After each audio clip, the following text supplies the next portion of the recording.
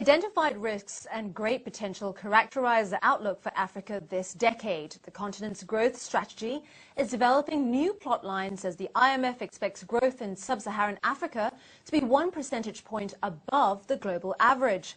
Kate Jackson investigates. When world leaders meet at Davos later this week, Africa's growth strategy will be up for discussion. South Africa, host of this year's World Cup, will be represented in full force. But the likely absence of Nigeria's Yar'Adua will be a reminder of the fine balance of power that remains within the continent. Rolake Akinola is the senior Africa analyst at Control Risks. She believes that the main risks facing Africa this decade have not changed. Political stability and democratic consolidation have been a recurring theme through the years.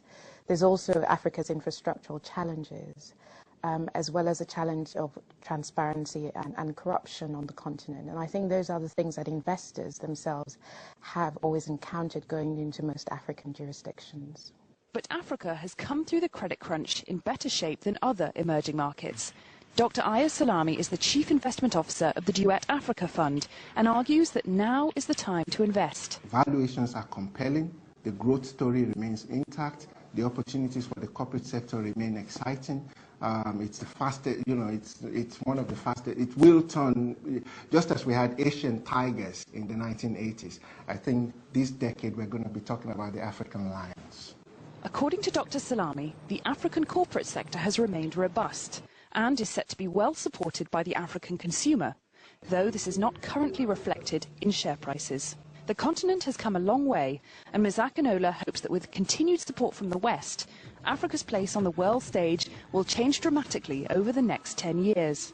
I would like to see Africa having overcome its infrastructural challenge. I would have liked to see many African countries undergone true democratic consolidation. And certainly I would like to have seen many African countries become and enter the crop of international players who are able to influence world decisions, who are able to help drive global policy on key issues such as development, climate change and tackling terrorism. So the big picture for Africa is one of increasing stability.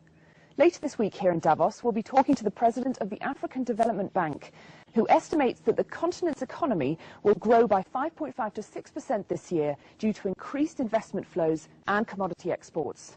But it will take more than the conference to convince mainstream investors that this frontier market deserves a firmer place on the global investment map.